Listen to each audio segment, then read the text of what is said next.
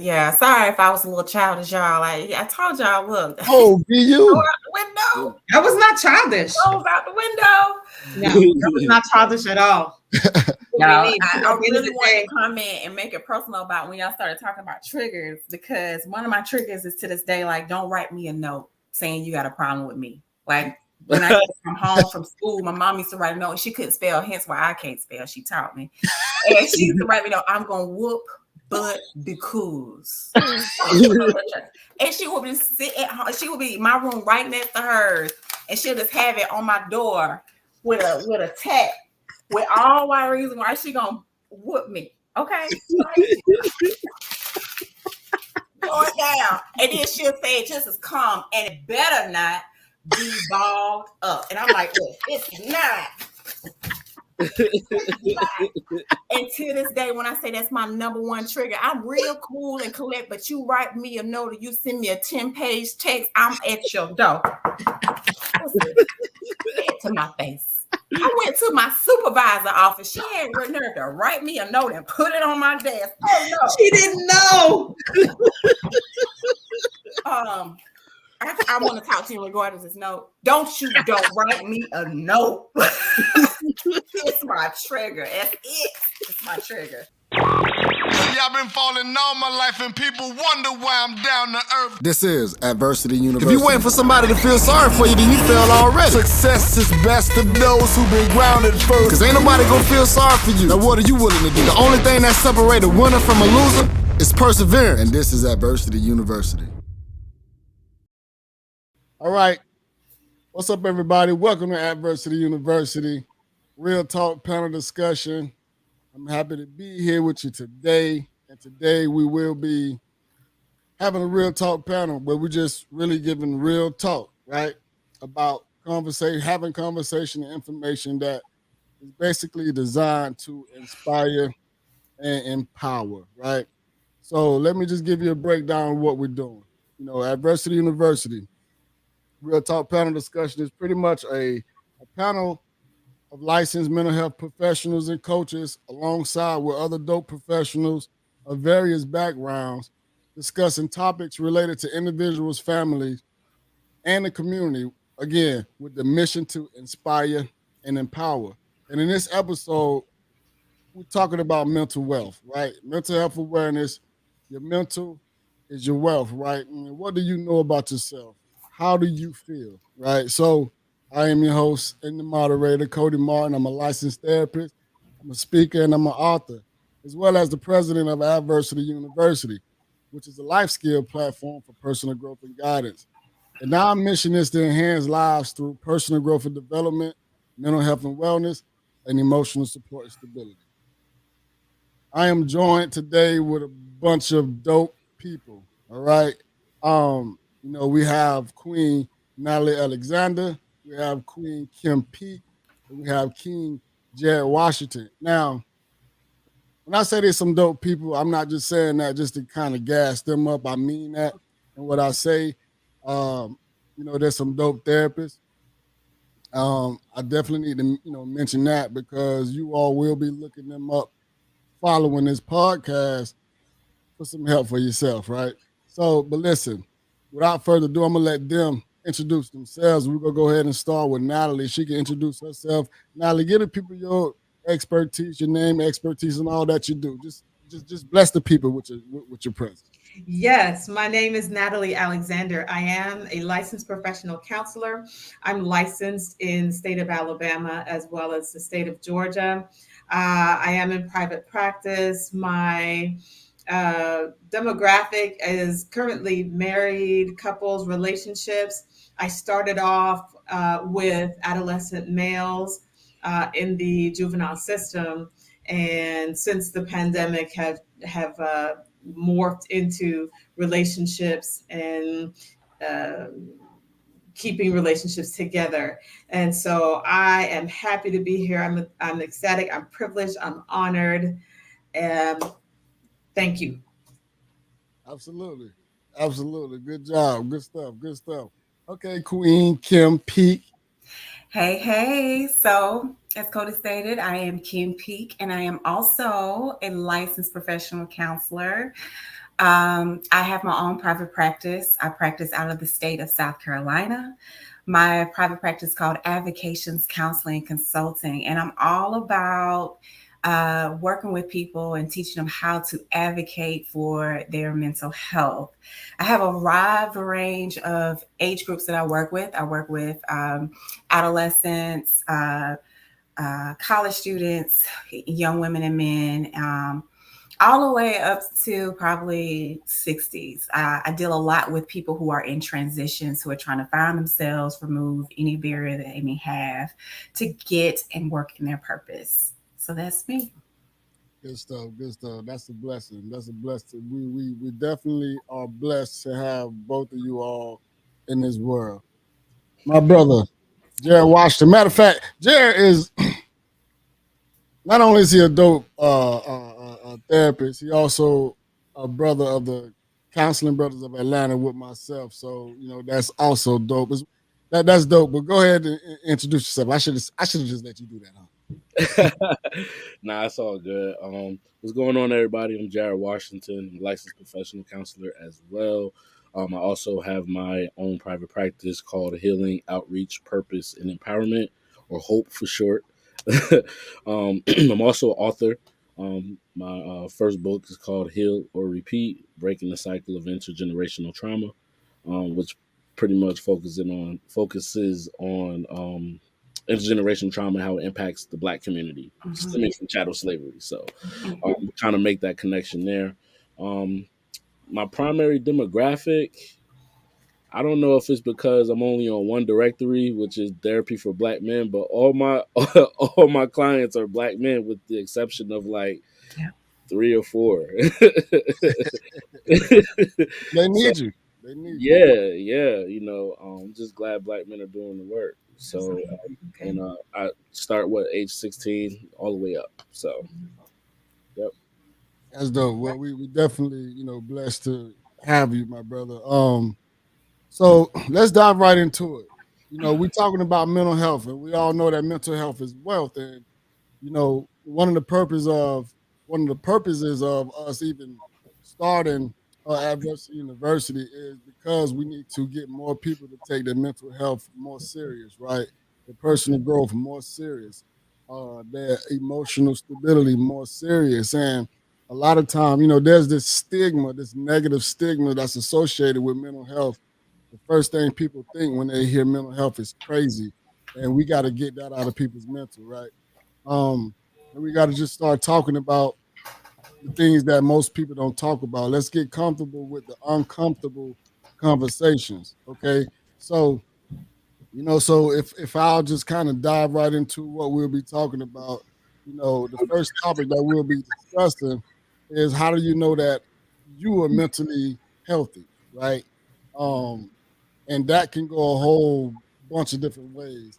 And I'm just excited to hear some of the dialogue that we kind of going to dive into, some of the responses that I'm gonna get from you guys as it relates to knowing if you're mentally healthy or not.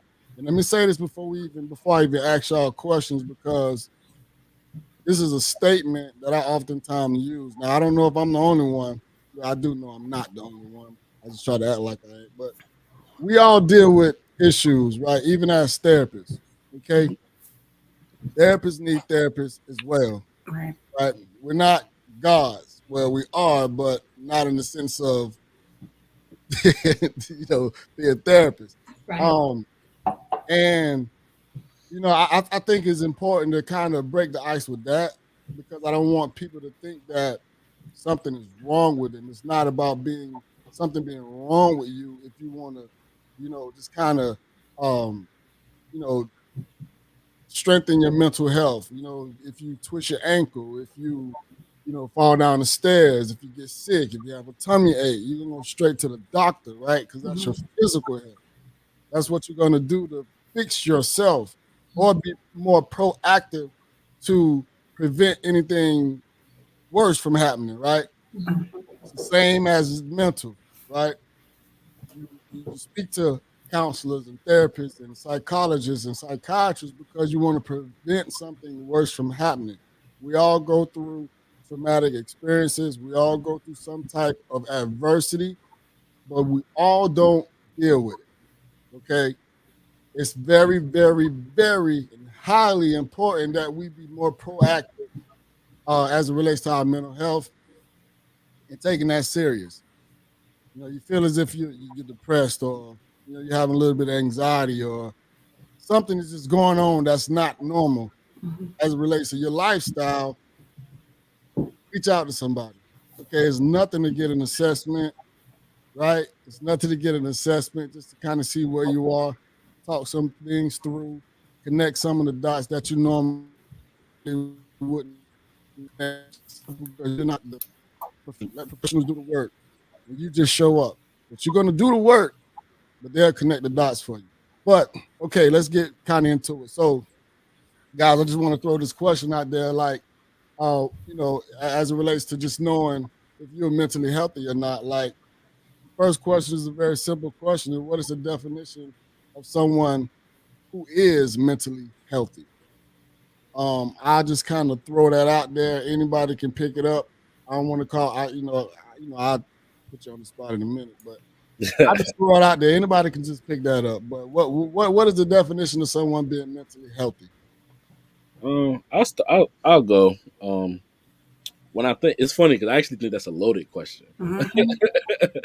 But mentally healthy, right? If I had to define what a person looks like or what it means to be mentally healthy, the first thing that comes to my mind is emotional intelligence, right? So being like taking self inventory, being able to, you know, like take that self inventory and be able to do the work in order to maintain your mental health. I think that is like a basic definition of it. Being able to, having like self care routines or self care regimen. Uh, you know, just doing things that again that just actively keep you healthy mentally and emotionally. That's like the most basic I could give it. Right. But I think that's important. That emotional intelligence piece is important. It's just making sure you're doing things to obtain and upkeep, your mental health. Absolutely. Anybody else kind of want to dive in on that? No.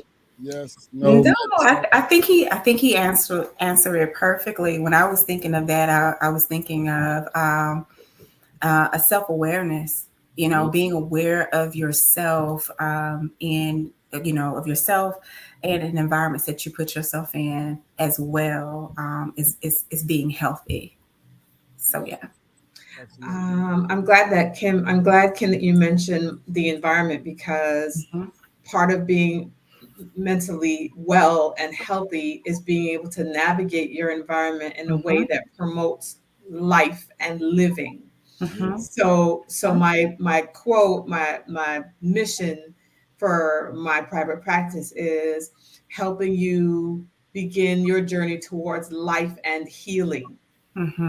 Our mental wellness is also measured by how we respond to life's problems, Right. and how we relate to other people in our community. And it can't happen in a healthy way unless we are self-aware, unless we have the capacity to gauge where we are emotionally. So I think it's all connected. Yep. And lands on and results in mental wellness. I love those answers, and I love the fact that Jared, you threw out the emotional intelligence, and pretty much everything that we're talking about is emotional intelligence, right? And when you take that part serious, that's being more proactive. And you also mentioned routine. Like, there's a certain routine that we got to start putting ourselves on. It's just like exercising, right? We got to get on the treadmill, we got to get on the Peloton, or the elliptical, whatever it is that you get on to exercise your heart and to exercise your physical well-being. There's some things that we can do also to enhance our mental well-being. Off the top of my head, I can't think of anything I think it's very what you just said, physically working out to be healthy, because the mind and the body is connected. Years ago, we separated the mind and the body, but now we're coming into, everything comes back full circle where the mind and the body is connected. So, your body stores things. So just like how you have to be very intentional about working out, you have to be intentional about your mental health and your mental well-being. The difference is, in today's society, we're very outward driven. So I can pretend and I can be, but when you lay your head on the pillow at night, you're still unhappy, you're still having anxiety, you're still constantly worrying, you're still stressed out, not setting boundaries. We are overly concerned of what people can see versus what we think that they can't see. But it actually pours out in your relationships, on how you develop. It pours out in your careers, on how you move forward or stay stagnant. It does come out, but it's just not promoted. It's just not what people want to see on social media or in friendship groups. So the key word that, when you mention, working out, is this is something. Mental health is, you have to be very intentional. So the fact that, I'm going to work out, we're making these challenges, you have to be extra intentional about the unseen, which is your mental health. So thank you for that, Kim. And what comes to mind, though, is the community's influence and the parenting influence that sets the pace for physical activity. So boys already have to go to school and sit down and learn and stay seated and learn. Don't let the child be an active child, then he'll be labeled ADD, ADHD, and funnel down the path towards prison. All right. And so little girls, we just want to twirl, we want to be pretty, we want to play with the hair, we want to talk. Stop talking. But talking is how we communicate and express. You know what, Cody? Just throw away this outline you got, because we don't need. Yeah. Go ahead. So I'm going to get my bag. You started something, Natalie. Very true. And I was trying to wait because I didn't want to be the one to press the button. But when you talk about mental health is wealth, and we're getting into it, and I know we're going to talk about it and how it relates to our community, is the first thing that comes into mind, we have to remove the stigma.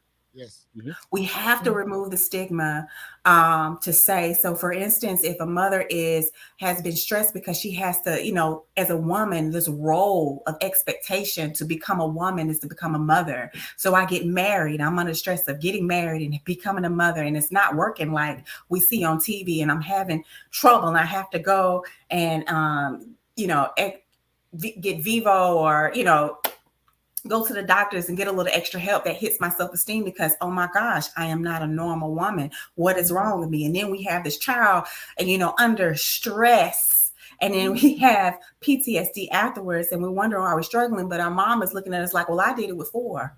Get up, do this. You're not crazy. Pray about it. Do all these other things. But we have to remove the stigma.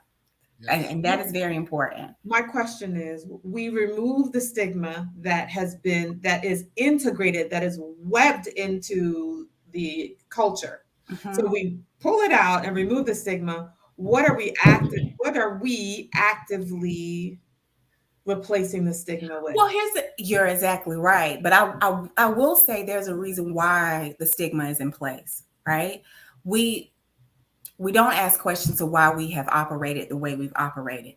We had fear, because if we go to the doctors, if we go, even today, if we go into healthcare, we are very underrepresented, and we're trying, even how we consider the whole pain, right? And what's giving a medication and things like that. There has been, the stigmas was really based on fear. You ain't crazy. Pray about it and keep moving, because you don't have a place for you to go, which hindered all of the strong history, slavery, all this, systematic, all of the systems that have been put in place to kind of hold us to that. It's been behind fear. And we just take those habits and try to push forward, but we end up breaking down in that. So there has been a reason. Okay, I'm gonna let Jared talk. I think there's an extra layer to it. I think that Mhm. you have the layer of where, you know, Black people in America are simply just trying to survive, right?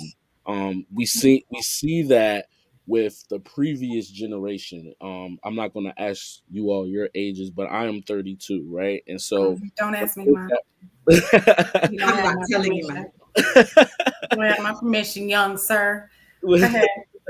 When I look at my mom's generation and my grandmother's generation, right, because that's the two generations that I know, and I look at some of the things that they taught me, right, Mhm. whether it's stigma or whatever, some of the things they taught me is all out of the mindset of fear, but Surviving. also survival. Surviving. Right.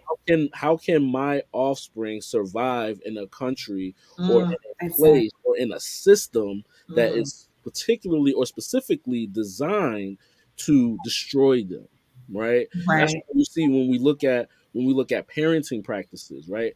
People Mhm. like I was on a panel one time. I was on a panel and there was, you know, it was an actual audience, and most of the audience was Black. I said, how many of y'all experienced you being in the store, grocery store, whatever kind of store, and you see a white kid acting up? You be like, my mother would have tore them up, or I would have teared them up. Mhm. Mostly everybody has experienced that. Why is that form of discipline so webbed into our community, right? Because we couldn't afford to do that. Exactly. We couldn't afford to do it. Couldn't Mhm. afford to do it because of Mhm. survival. It's But danger. but to answer that question in terms of what do we replace the stigma with, right? Mhm. We replace the stigma with our bodies. Like we have to go. As much as I hear counselors talk about the church should reach out to counselors, the counselors need to reach out to the church as Yep. well. Like we have to. It has to be a reciprocated action, right? Mhm. Because you know these past no offense to any pastors, but these pastors don't know anything or that much about mental health, right? And Mhm. they try to speak to it Mhm. the best way that they can. And but to answer that question, if we remove that stigma, if we believe in the church, or if we believe that we belong in the church or whatever, we need to go in there, because that's one of the pillars in the Black community. We need to go in there and we need to mm, start talking Right. and really being mm. like, yo, this, like, you can pray, but also you can go see your counselor. You know what I'm saying? Like, Because that counselor has been gifted with purpose to work with your particular need. And And when I say gifted exactly. with purpose to work in your particular need, it's not just the education that they obtain. And I will say this, it took a lot for us. Representation is so important. And I'm so glad to see panels like this and see, African American therapists, because it took a lot to stand in representation, mhm. with going through the education system and getting the degree, with through all the barriers. It took a lot, but also not just getting the education. 9 times out of the 10, you chose your specialty, your population, and who you wanted to work through based off of your trials and your personal experiences. So not only am I standing in with just the education, I understand through experience, and I can relate to you. So it's important. We work through purpose. I want to say that um, the counseling room is a spiritual room. Very much so.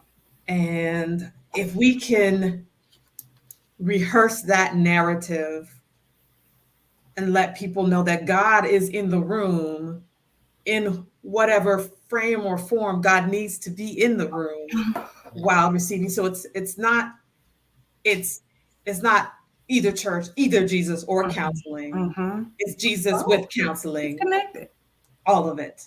And it's with Now I Jesus. will say, let me be the first. I am not a Christian counselor. I don't know the word that great. Uh, but I do know he put me here through purpose. All right. I give you That's, that. Like I that's enough. know. That's enough. That's enough. So look, go ahead. I didn't want to cut you off. Go ahead. No, go ahead, Cody. Nah, so I was, because that was some real good insight. But I want to talk about mental health as it relates to how does it change based on your age and your family structure. Let's talk about that, because that's important. So we talk about mental health now. We know that it changes, um, or it starts from somewhere. It Mhm. But how does that change with your age and your family structure? How does mental it health or change? mental illness? You're right, because that's is that How okay? Wait, before you go, Kim, because you just let's stay there. Mental health and mental illness, because I want to break those down so that people can be clear with those two terms that's and can good. identify them. So, Natalie, do you care to elaborate on that? Sure. When I make the distinction between mental health and mental illness, um, when you have a cold, you're coughing and sneezing, you're ill. And when we are depressed, we are mentally ill for whatever time frame it is, because everybody goes through a time of depression. Mhm. So I'm not feeling well. I'm depressed and that I'm mentally ill. I'm not currently, but the narrative can just as easily be expressed as I have a cold or I have allergies. I whatever dot dot dot. And so when I'm feeling better, when I've gone, exercising and I've got clarity and I'm not as sad anymore and the situation is past, then I can say I'm mentally well. I'm mentally healthy. I've moved past that thing and I'm on the other side of it because of all the things that have been in place that I've been able to, the resources that I've been able to utilize, that I've learned that are in my toolkit, et cetera, et cetera. And I make the distinction because a lot of times we interchange mental health and mental illness. We use those interchangeably. And what I've had to do with my clients that have resolved the issues that they came to me for, I say to them, do you realize that you are mentally well? That you don't need me anymore? You are mentally healthy. They be blown away. And I say it in those terms because that's how big of a deal it is. What? Yes, you're mentally healthy. Right. So let me ask you this question. Um, I don't want to drift too far, but when you talk about mental illness versus just your mental health, is that associated with genetics and hereditary as it relates to mental illness and mental health? Is that something that just come about with when you're not addressing the issues that present themselves early? Can anyone kind of pick that up? I'm gonna drop it on the floor. Can anybody pick that up? As No, I was being dramatic. Go ahead. So is it genetic, hereditary? If we're talking about mental illness, that's what they say, right? They say that it can be hereditary and things of that nature. As far as mental health, when I think about that, life is going to happen, right? So, like Natalie said, we're going to go through, parts of our life where we may experience depression, you know, which means that we are mentally ill at that time, right? Um, Hereditary, as far as with mental health, I'm not sure, actually. I'm not sure as far as with mental health, right? Because I think, again, another loaded question. Right. And I'm trying I not to go want to, deep. I'm trying not to go too deep Mhm. or yeah. whatever. Because if you really want to get technical, all right, I'm gonna go there. If you really want to get technical, right? I talked about intergenerational trauma, right? And so a piece of intergenerational trauma is trauma responses passed down from one Yeah. generation to the next generation. We all know, right? A piece of that, a piece of it being passed down is genetics, right? It can actually be carried down through your epigenetics, through Epigenetics. Yes. your Yes. epigenetics, through your yeah, right? Okay. We also know that if a woman is pregnant and experiences depression or any type of mental illness, that while the baby is in the womb, they are likely to experience what the parent or the mother has experienced. I'm gonna just stick with depression because that's more simple, right? So when you talk about mental illness, is it genetic or hereditary? I believe so. Yes, that's what they say. I believe, right?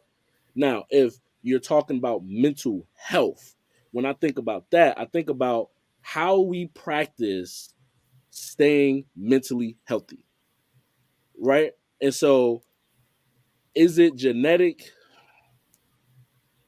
I don't think it's genetic, but I think it is still Learned passed down behavior. through learned behaviors and storytelling, right? Mhm. And so, and I think it looks differently depending on what community you're talking about. Mhm. And so I'll stick with the Black community because I am Black, right? How I learned how to be mentally healthy was actually unhealthy. Mhm. You know what I'm Right. saying? Right. If my mother was listening, she'll kill me. But but no, but just certain ways that we practice on coping with anger. Mhm. Um, certain ways we practice with just managing emotions in general. Mhm. We're not the healthiest. You Right. know what I'm saying? And so I will leave it right there. Can I come in and piggyback for those who do have true mental health diagnosis that's passed down, such as bipolar, schizophrenia, things like that, that is passed down? You can still strive to be based off of your individual self, mentally healthy by learning how to manage Yes. your diagnosis to the best of your ability so that you can live the life that you desire or that is capable for you. So again, you, even with a diagnosis such as bipolar, schizophrenia, psychosis, anything like that, it to manage that. Yes, I have this, but I'm learning how to manage it based on who I am and the life that I want or can live with it. That's important as well. And that's your definition of healthy, right? Good stuff. Good stuff. Natalie, I see your mind racing. Like you It's about to okay. dive in. So my first answer to your question would have been both. Yeah. All of it, all of what you said. Yes. And then I remember a discussion in my clinic with my clinical supervisor. She warned me in my diagnosis to not to pay attention to behaviors that are passed down that children may mimic.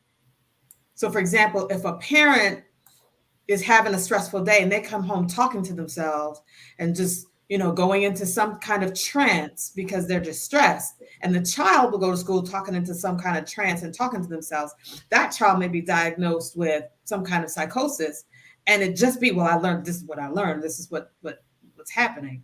And so there's that part. The child was healthy but now diagnosed with something that right. And so my thinking, what you're seeing here in response to Kim's response, is more that I guess I'm wanting to know,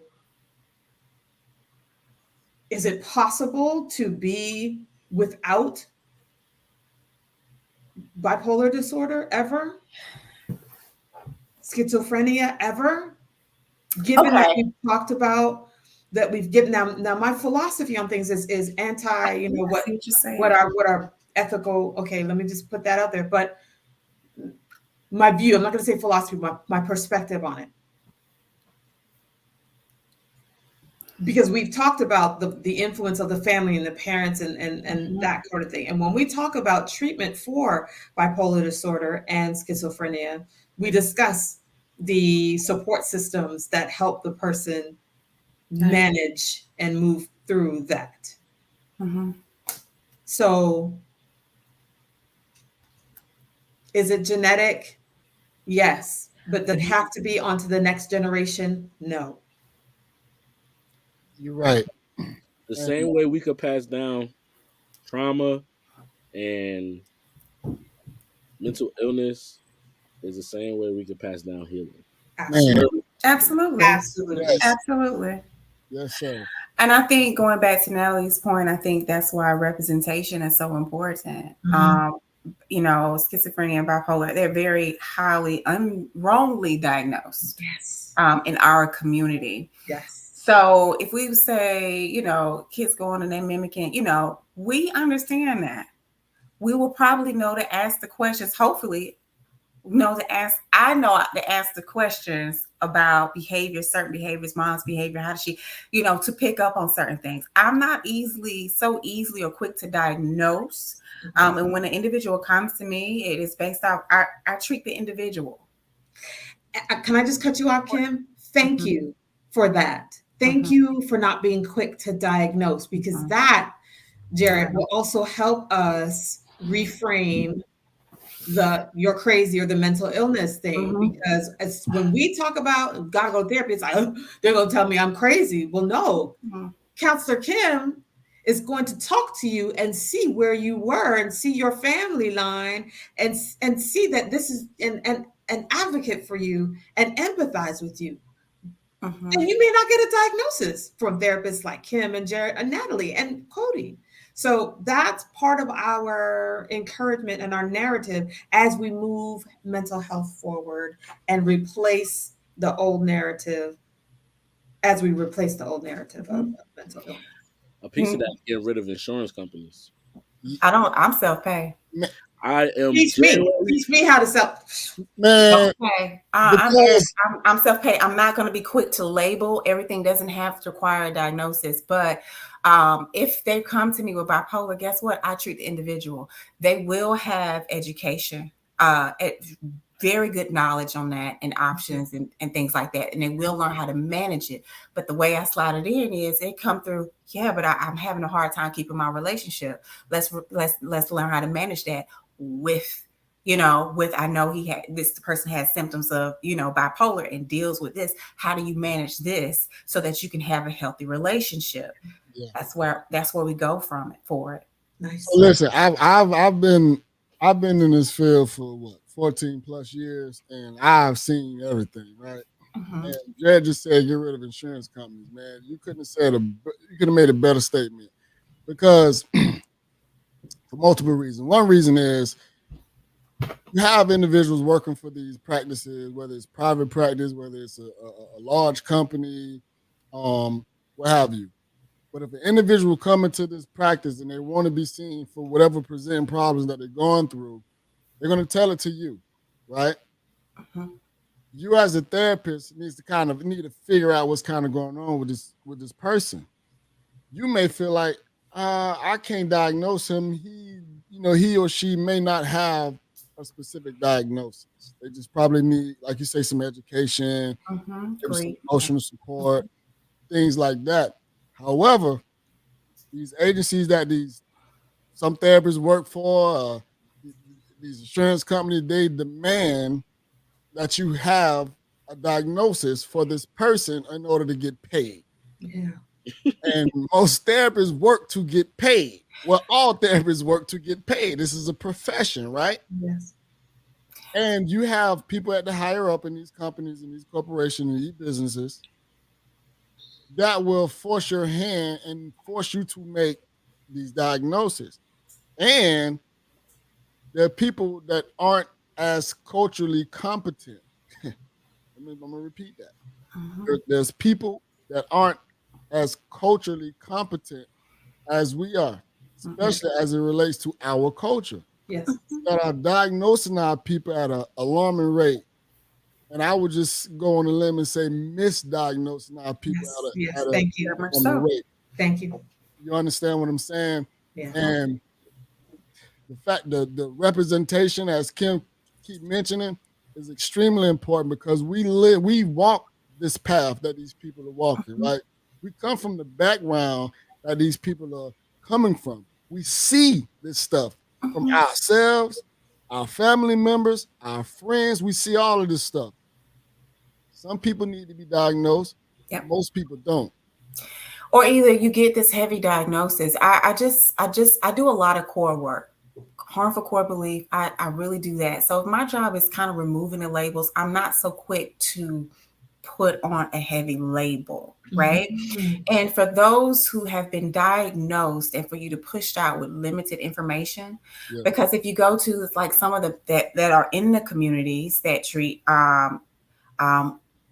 like it treats a high volume of mental health, they don't have time to sit and break down the diagnosis, or they put them in groups where where underrepresented or not, they don't necessarily understand, and so they're going to withdraw. So they're going to go walk away with limited information. Mm-hmm. You see, and also it's education within our community, the difference in between a psychiatrist, a psychologist, a therapist, a LPC, all of those things, because they go into and talk to the psychiatrist thinking it is a therapist, and the psychiatrist only has 30 minutes based off the time that he is getting paid to look for symptoms, to hear symptoms, not to get to know and talk about and how do we manage and cope and deal, right? It is, let me hear the symptoms so I can give you the medication. Talk to you at the end of the year to see if we need to adjust or manage. That is it. Yeah. That's their job, but they don't know. So Say they that go again. into the long rooms. Say that again. That's their job. Mm-hmm.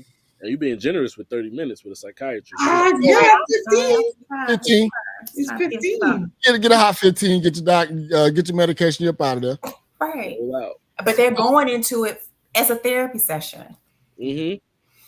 Because and that's why it's important for panels like this, because it's the education portion that's missing from our community. Yes. Right. So we need to have actual therapists speaking to things like this, not just, Joe Blow from the block stating their opinions. We experience this stuff. We see this stuff day in and day out. And we have to find solutions for those types of problems, because ultimately it's the insurance company that that's benefiting from our problem, and the what am I trying to say? The big pharma, right? From the medication, the diagnosis, because you got to be diagnosed with a specific diagnosis to be able to get this specific medication, and a lot of people just stuffing pills down our throat, right? And not actually treating that person. So that's something that needs to, slow down on that. We need to educate our medication can work hand in hand, but medication is the Band-Aid. You take the Band-Aid out, it gives it time to heal. It sets you up for certain diagnosis. Right. But here's the thing, it's the Band-Aid. But once you take it off, you still have to heal. Right. You have to go and penetrate, and that's the therapy. Yes. It really gets down to the root of the problem. Yeah, therapy is proactive. Medication is reactive. I would like to share my approach to medication for the audience. And what I tell my clients is that with mental illness, certain pathways and certain coping skills have been created in the brain. And when therapy needs to be in tandem with the medication use, right? So the medication is the glue. Yeah. Now that we have the medication, we started it 21 days later, it's now the glue. You're feeling a little better. The cloud is lifted. The pressure is not so heavy. Now in therapy, things that your therapist has been sharing, some tools, it fits. It sticks. And so now we are going on the elliptical every day for 10 minutes, and we are creating new neural pathways. Right. And once those neural pathways are created and they have overlapped the old pathways, we don't need medication anymore, because when we are feeling stress and we've learned to identify the stress or the depression, we've got these new neural pathways that have been created that we can go to where we don't need the medication anymore.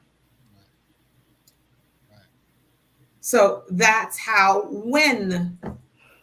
if we get to that point, I would encourage medication. Other than that, just treat the person. All right. So look. All right. So now that was some good stuff. I love the direction that we're going in. All right. So now I'm gonna switch topics just a tad. We're just gonna talk about some of the threats to mental health. And when we talk about threats to mental health, I want to talk about triggers, right? Number one, what is a trigger? That's going to be the first question. What is a trigger? Let's kind of elaborate on that, because most people don't know. And once you know better, you can do better, and you can start identifying certain things.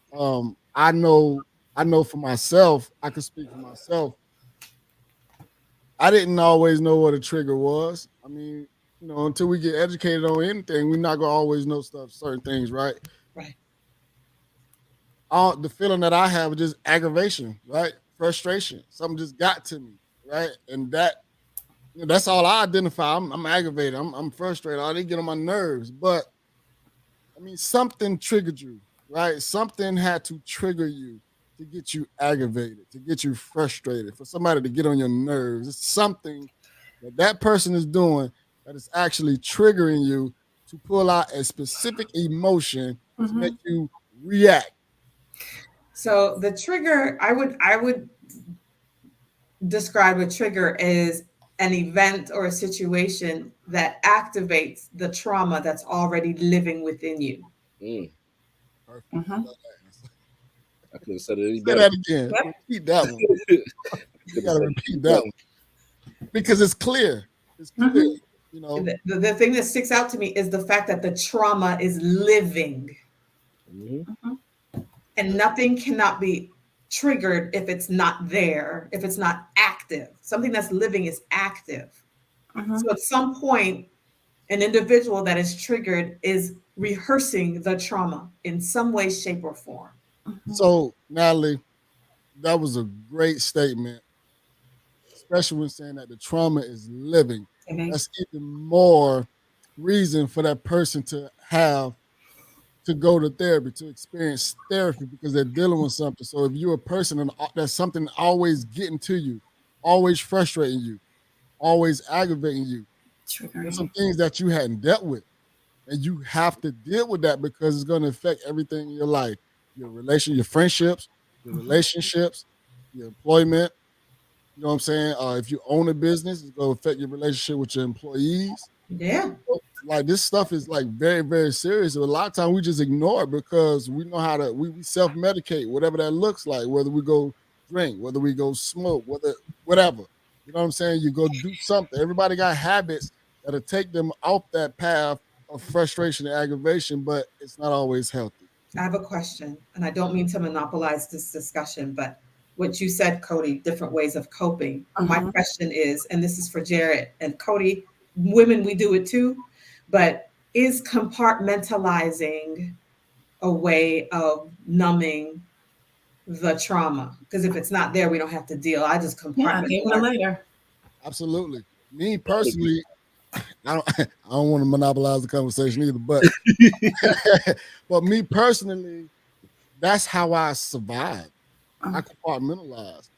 I absolutely, on purpose, suppress a lot of trauma, right, so that I can keep moving. Because if I sit in it, it's going to be an even bigger issue for me. So I was never taught to go speak to somebody or go get therapy. I taught myself to suppress a lot of those emotions and experiences. So much so to the point that I completely forget about it, right? But then you forget about it. No, because it's still living. You grow, right? It's still living, right? So I forget about it for the time being. Right. Then something actually trigger me, right? And pull it out. Yeah. Now I don't know how to respond at this point. The only thing that I'm going to do is react. That's right. And that reaction always resulted in negative consequences because it was never dealt with. And that's why it's so important to really identify these triggers and really be proactive in your approach in your mental health and your emotional well-being, because it ain't gonna play out good for a lot of people. No. You know? Yeah. So Jared, I'll give you the floor, bro. I ain't go I would agree with everything that you said. You know, that compartmentalizing piece is definitely numbing, right? What we've experienced and how we may feel from that experience, right?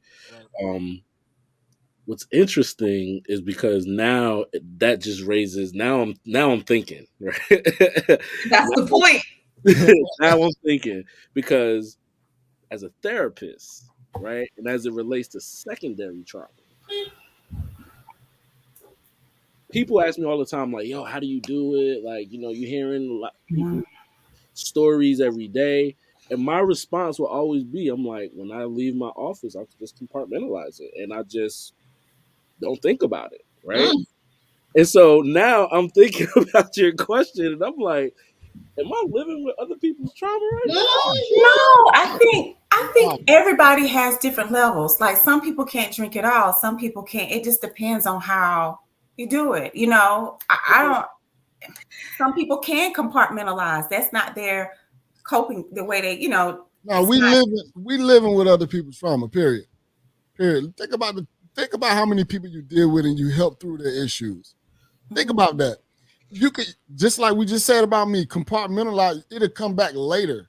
We may not understand where it came from. I guess I just try to make I have to have outlets. I will say that. Right? Don't call me.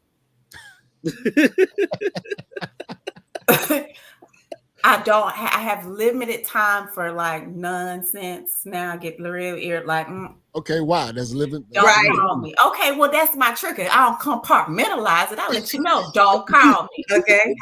I'm not don't talk. I don't feel like talking right now. In peace. But I communicate. But why you don't feel like talking? You know what I'm saying? Because I am depleted and I have to go and recharge myself. There's certain personal things I must do, and I don't want to talk on the phone. Don't ask me if I'm in my friend girls group chat. Don't ask me no serious question because I'm gonna tell you go and do it. Don't do it. That's what you want to do. I'm not about to beat around the bush with you. And it's like, oh, you're a therapist. I'm real, and I'm tired, and I am off. Person. So she doesn't compartmentalize. I don't. I get it all. And my approach, think I may be a little touched. But that's the point that I'm making. That's why I directed the question to you men. For what I do is I will take as much time as I need to do to pack it back in until next time.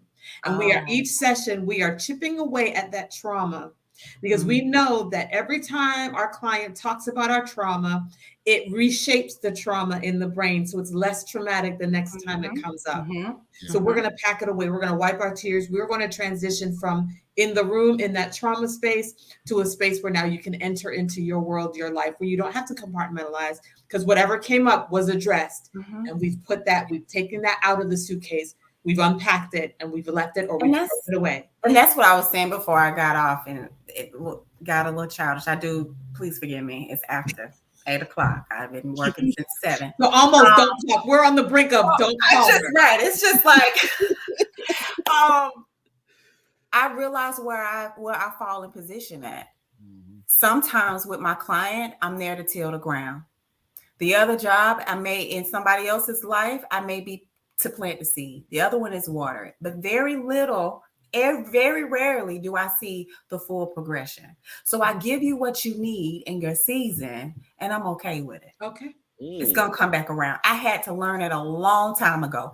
I figure out what position I am in your life, in your point of life. And if it's for me to till the ground, I'm going to till the ground the best way I know how. And I'm going to leave it. No, that's how I have to do it. I want to, because we're on a real good topic, I want to associate this topic with parenthood. The reason being because we talk about living trauma, we talked about triggers and things like that, right? And earlier we mentioned, mental health as it relates to family structure. And I know, and I just talk about personal experience. I know became a therapist because of my family structure. We all did. Well, anyway. I'll speak for myself. But listen. But as it relates to, we talk about those triggers, we talk about that living trauma, we talk about things that we compartmentalize that'll show up later, right? What about the times when you're dealing with your children, right? And something aggravate you, something frustrate you? Because this is important for parents to hear. Because I know a lot of parents struggle with the way they interact with their kids. A lot of parents feel guilty with the way they interact with their kids. I know me personally, I feel guilty a lot when I respond a certain way that I know I'm not supposed to. But that's that living trauma, right? That's that compartmentalizing stuff that come up and then you react and then you think about it like, damn, I shouldn't have did that. And I find myself always going to apologize to my babies. I do. Yeah. Because I know that for one, they don't deserve certain reaction. First of all, they don't deserve no reaction. They deserve responses, right? We have to respond to our children who never react. Right. So if you are triggered by anything, you take a step back, right? And you think about it, and then you approach that situation in the correct manner, right? But a lot of parents don't have those tools, right? A lot of parents don't have those skills. So how do we educate them on identifying those triggers, right? Identifying that living trauma and approaching life in a way that they need to approach it for the betterment of their child. How do we do that? It's important for the parents to accept their childhood for what it was and leave their childhood in their childhood. Yes. Okay. I've had parents that have said, my mama didn't talk to me.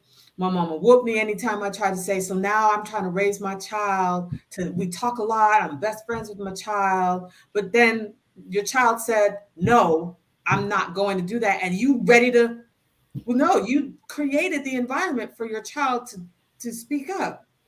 And so we cannot attach what your mother didn't do to what your child is doing. I hope that's making sense. Yes. Okay. And then the other part of it is, remember, parents, that your child is doing what children do. The moodiness and I'm speaking specifically to African Americans now, because there's a problem in the community and the culture with a child having an attitude. Yes. Somehow it's disrespectful, but guess what? Attitudes are developmentally appropriate. Yes. It's a mood swing. It's okay. So we have to remember that my child is just being my child and they're doing exactly what they're supposed to do. Our job is to teach them social skills and life skills for when that's okay and when that's not okay. You're having an attitude right now. I see it. I'm gonna give you your minute, but then we're gonna talk about really what's going on here. Because at the end of the day, I still need your respect and I'm respecting you. These kinds of discussions versus you ain't finna have no attitude with me. I ain't one of your friends out here in these streets. We're not, why? Right. We'll be back. Right. I'm sorry, did I trigger you, Jared? A little bit. You triggered me a little bit. You shaking, you're trembling a little bit. That's not my intention. That was a trigger. Okay, that just reminded me. Still living, Jared. Still living. I honor you as a Black man. And again, I think therapy is so important. I do believe it's okay to go back and find a why. I think that certain things have people may say generational curses is generational habits that we've learned. And it's okay to go back and find the why, because it's like the core is like the apple, and that's from that you manifest in seeds. So if I have a certain core belief about myself as a woman, and I'm not enough, and I know it's tough out here to be a Black woman, I'm working and things like that. When I have my daughter, unknowingly, because I love her so much, I'm going to be like, straighten up, put your pants in right, do your hair, brush your hair. You can't, because you have to be 10 steps ahead, look better, do this. But guess what I just did? I just told her, nothing I ever do is enough. And that's how it's passed down. Right? So when you begin to work on an individual and remove some of those harmful core beliefs, that's not even true. Right? Then you can understand and heal and understand who the person behind the role of mother and father. You can still hold them accountable, but understand them better, but also understand yourself a little better. And guess what? You become the reflection in your house. It's mimic behavior. So you become the reflection in your house. If you start working on you and communicating with you better and becoming more self-aware, then naturally it's going to come when you parent differently. You're going to start sitting down and asking questions, catching yourself. If I hold myself accountable, I'm going to hold myself accountable to know that I'm wrong. And I'm going to sit down and talk to my daughter.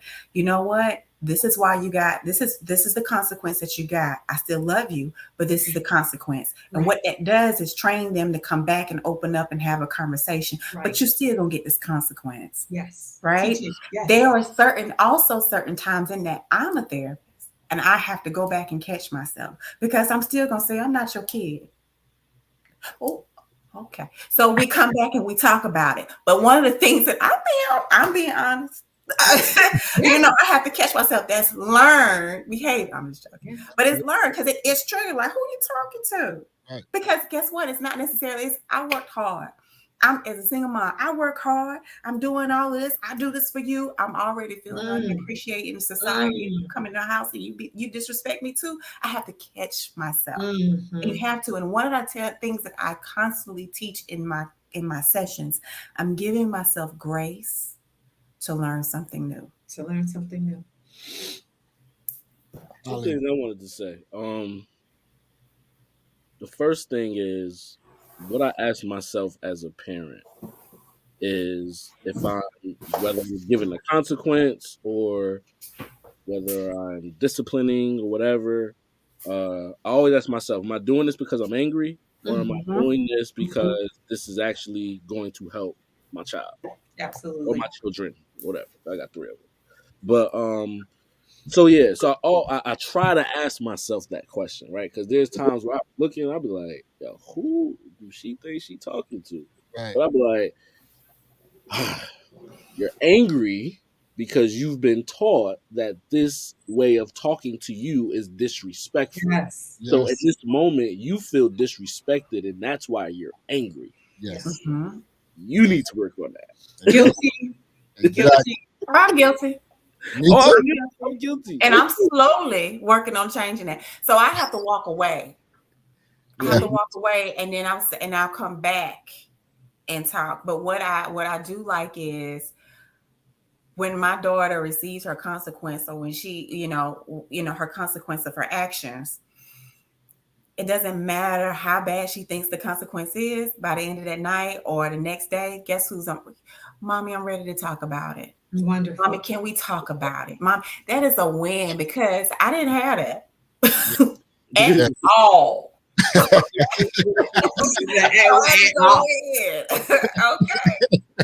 So yeah. It's that's beautiful. You know what else I do too? This is probably super nerdy, but I always like if like one of my kids is having like a tantrum or something, I always say, I'm like, remember, their distress tolerance is low. It's lower than your mom. So understand that. I'm like, the stress tolerance. So I always try to remind myself of that. Like, I would say my daughter is learning from my stress tolerance and how I handle things. So I realized that if she sees me stressed, guess who gets stressed out? Oh, mommy. Oh, what happened? Oh, and her stress. So I have to really, I have to be the reflection. So if I drop something and I'm like, golly, what? And guess what? She drops something. Golly. I was like, okay, it's learned. She's learning everything from me, even with the things that I feel like I'm not teaching her. Watching every step of how I handle things. Right. And I turn around and I get mad at her for doing what I'm doing. Right. Okay. So yeah.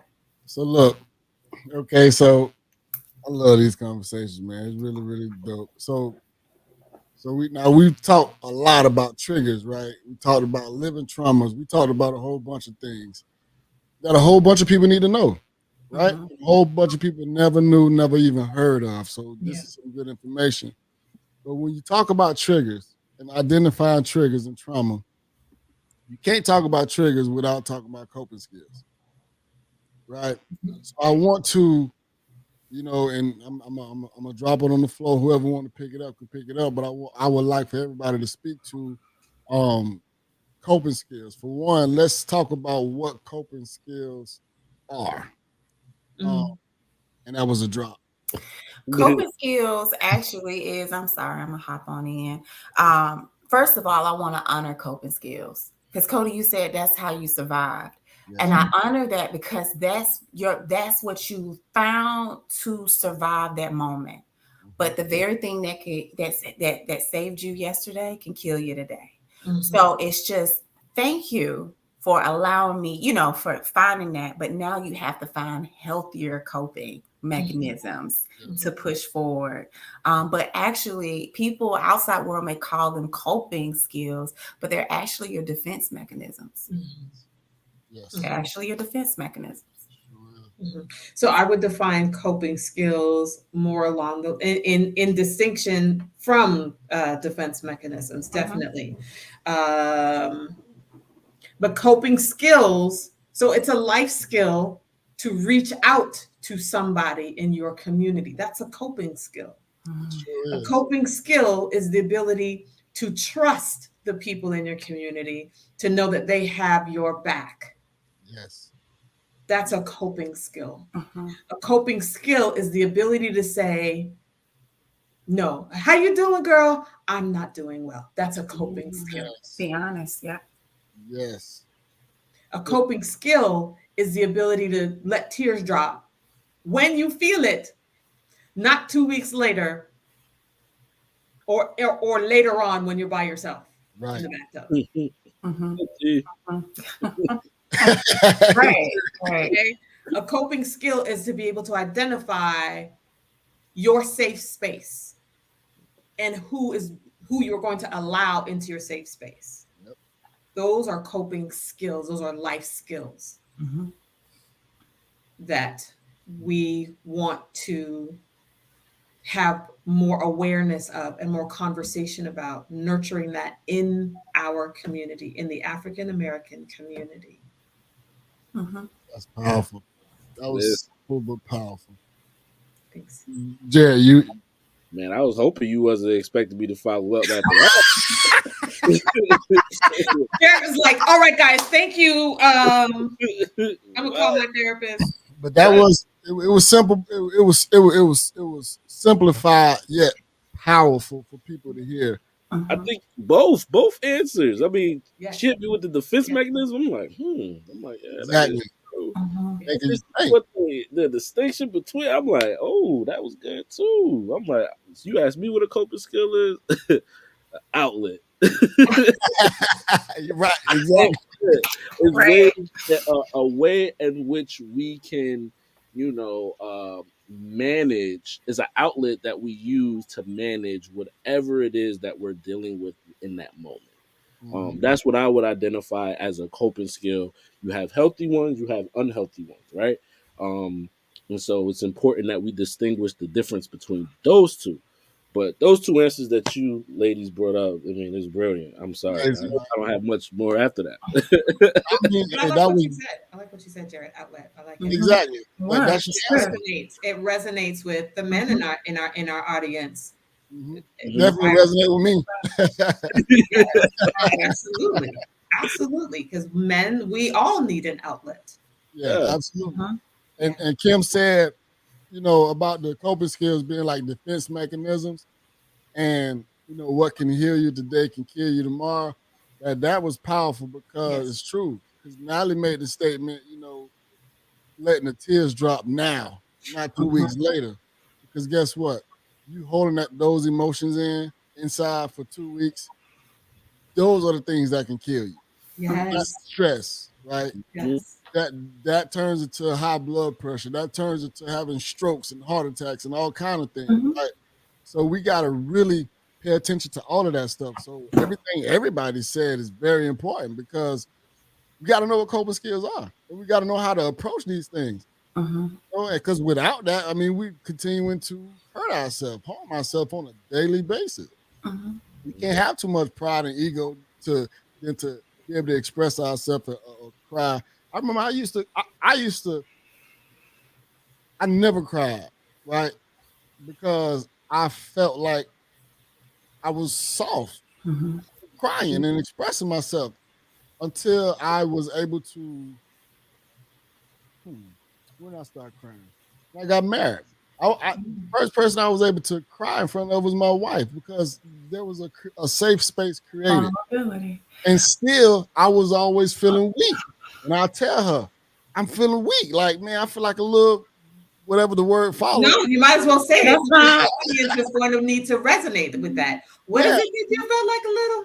I mean, if I'm gonna be honest, and I ain't want to really say stuff, but but in all honesty, and without any disrespect to anybody, Absolutely. period, I would tell her I feel like a little bitch. Yeah. Because I'm crying. I love the fact that you brought that up. And because like I said, your personal healing and getting a better understanding and talking and having these conversations also heals the relationship, heals marriages, heals the relationship between men and women. Because when you're choosing, like if you go back and script, like, oh, the woman is the rib, but it protects it, it's there for support. But what people don't realize is the rib protects some of the softer organs. So a lot of people choose their mate, or men may choose their mate without even trusting that they can be vulnerable with them. Can you trust her? Can you trust her enough to be vulnerable? Can she hold your information? Or is she going to bring it back up? Is she going to throw it back up in your face? But they choose relationships based off of other things, but they can't even be vulnerable. Right. They didn't put it through the test. Right. That's what the rib is for, to protect the softer side of you. Okay. I want to ask this though. What is a little bitch? Here we go. So, I mean, in hindsight, that's just ignorant language, right? But again, I come from a rough background. But I want us to talk about that because there are men in your audience, people in your audience that resonate. You felt like a little bitch. Well, what is a little bitch? Why are we not wanting to? What is that? Like what? Like where I come from, you call that someone who's weak, someone who you might call like a punk, right?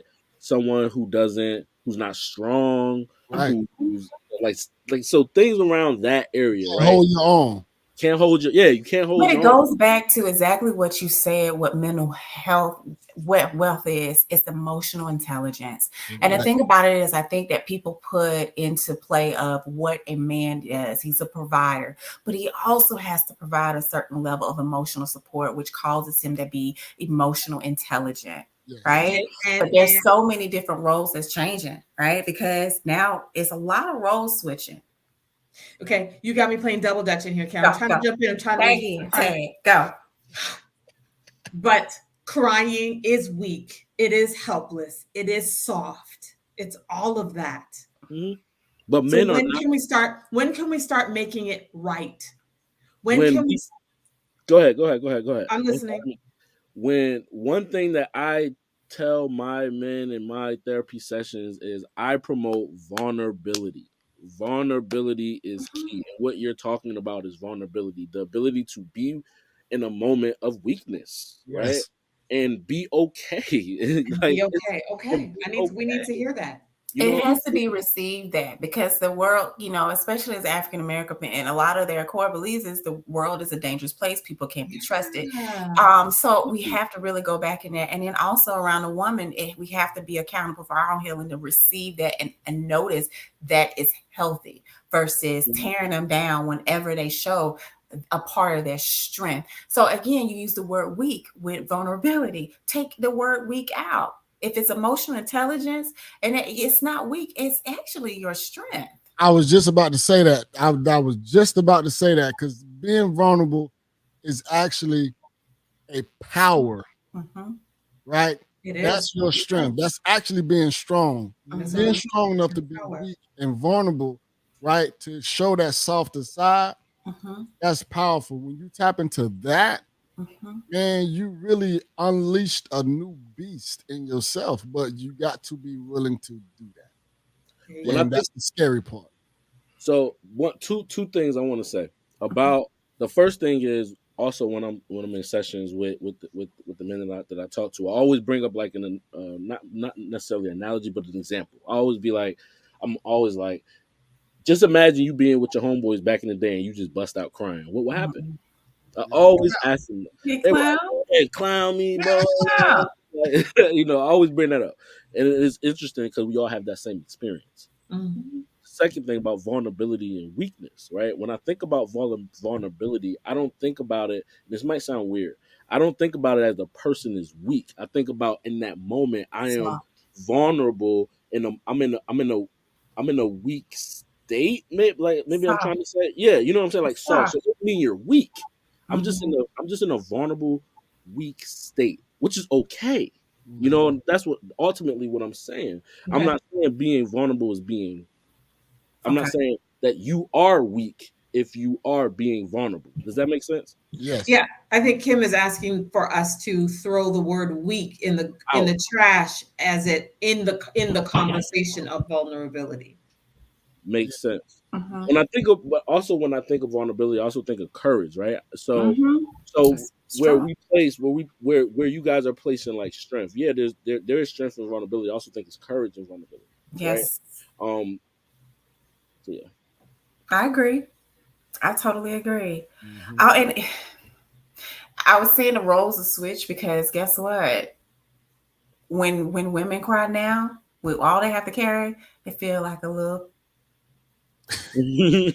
I'm not gonna curse because I'm a lady. I'm a lady. The amount of times that I cursed.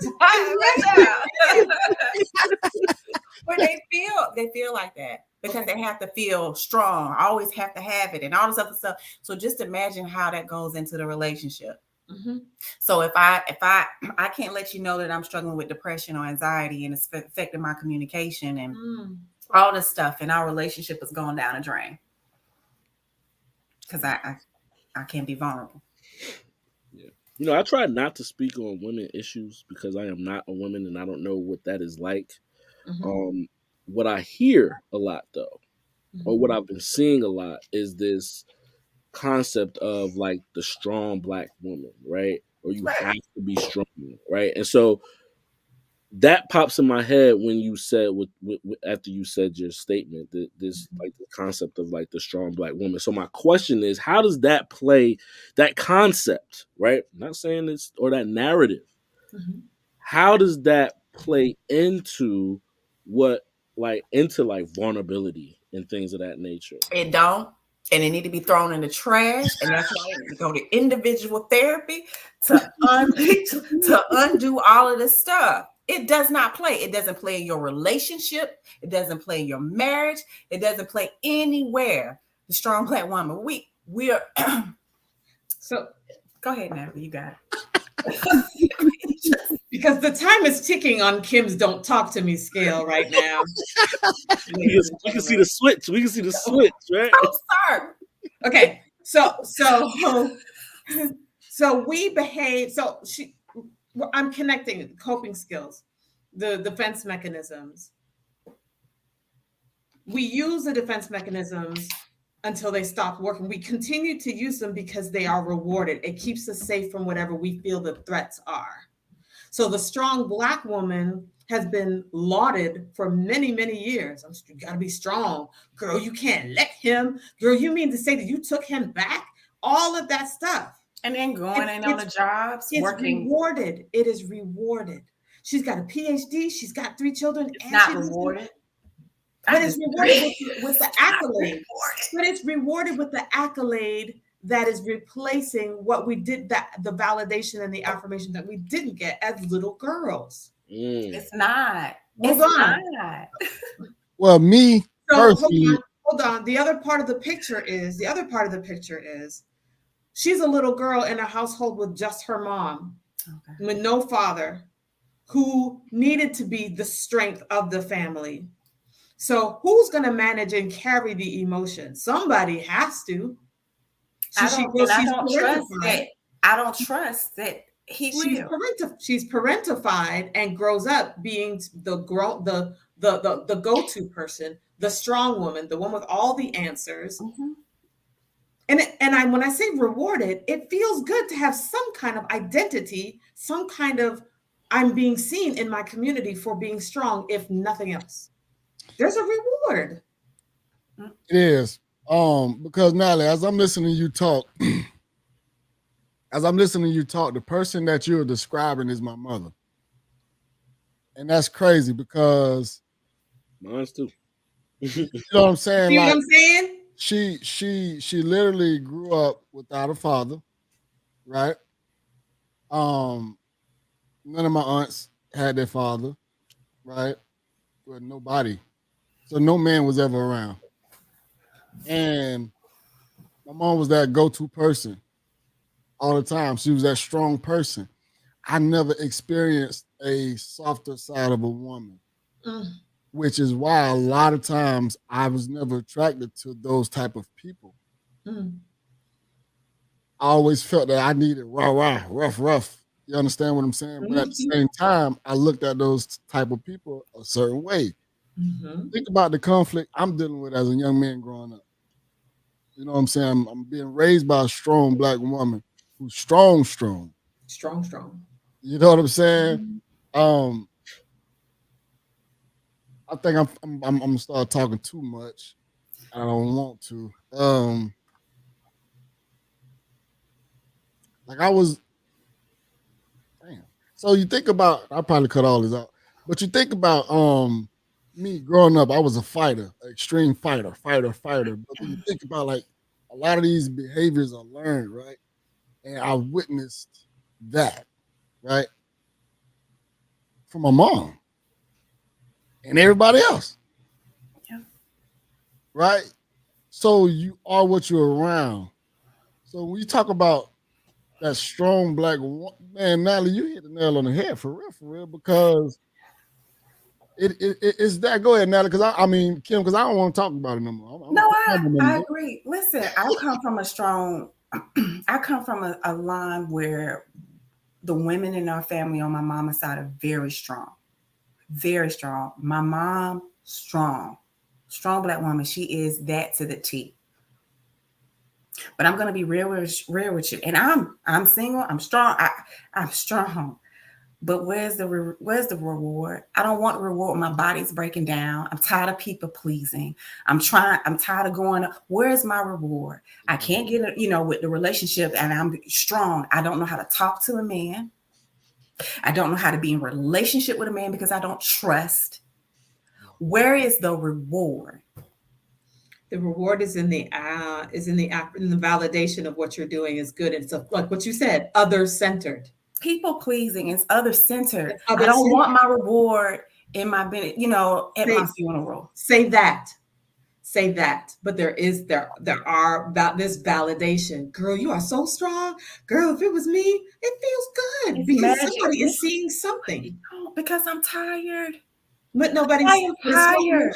And I have to admit that she's tired. The strong black woman. And that's the reason why I say we need to come and redo, because it's okay to set boundaries. It's okay to say you're tired. It's okay to ask for help. You are still strong. It's okay to take a nap. But we are not only just not winning with ourselves as women, but we're not winning in our community with our children and with our men. Absolutely. Where is the reward? Absolutely.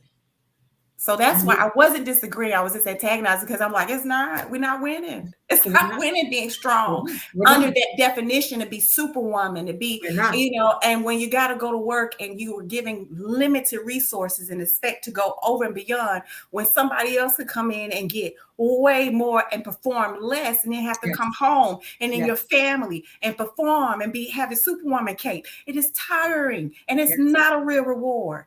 No. That's just like saying, when you get to heaven, give me my jewels now. It's no heaven. I want my reward. Yeah. So I'm sorry. Yeah, you're gonna have to cut this out. No, don't cut it out. I would encourage all of this to stay on because our listeners, your listeners, Cody. You're talking about providing tools and the skills. This is the recognition. This is the emotional intelligence. This is the awareness that this conversation is fostering, the community that we are creating, that we are modeling for your audience, Cody. So, for the record, my office hours are from 8 a.m. I take my last one at 6. So you will never. Don't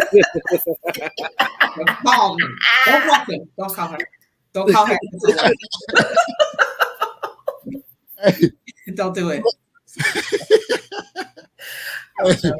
Oh my God. Listen, that was dope. I think that's enough. I think we can end it on that. Do y'all agree? Yes. Yeah, I think that was super duper dope. Let me end it with these closing remarks. And I'm sorry, one more thing. I'm going to call my therapist after this. I just wanted to be said. Too. Yeah. Thank y'all for my free session. Let me. But it just took a real conversation. Yeah. Mm-hmm. The modeling. Yes. Okay. Go ahead, Cody. Thank you. We definitely got to do this again.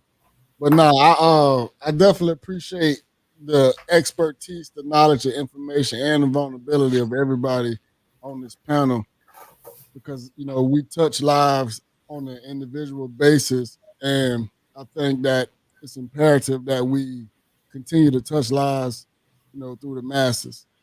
We're gonna reach people. I know that, right? We're already doing that. So let's continue to do God's work. Let's continue to do this hard work and lift people up continuously, nonstop, right? So mental health, I'm just going to read these closing remarks, but mental health is associated with your ability to function. One major part of being mentally healthy is being aware of your triggers, how to cope with them so that they do not impact your overall functioning. Mm-hmm. Listen, this has been real. It's been a great panel. Natalie, thank you. Kim, thank you. Jed, thank you. What we did here was just awesome, and I love to continue to express this. Knowledge is power.